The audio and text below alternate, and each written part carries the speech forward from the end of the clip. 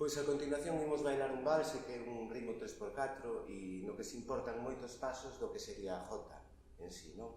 E aquí aplicamos, pois, vamos a aplicar 3 ou 4 pasos así para que vexades un pouquiño de toda Galicia porque non son dun sitio en concreto e nada máis.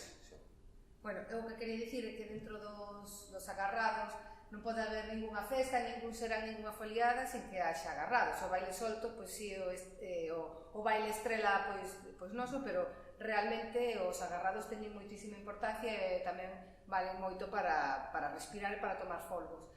O que quería dicir é que dentro dos agarrados os dous ritmos reis son o paso doble e máis o valse, que normalmente se chamaba danza, non? Entón, cando se tocaba coa pandeireta, ás veces dicían rumba, mazorca e tal, pero sempre se estaban refirindo a este valse, non?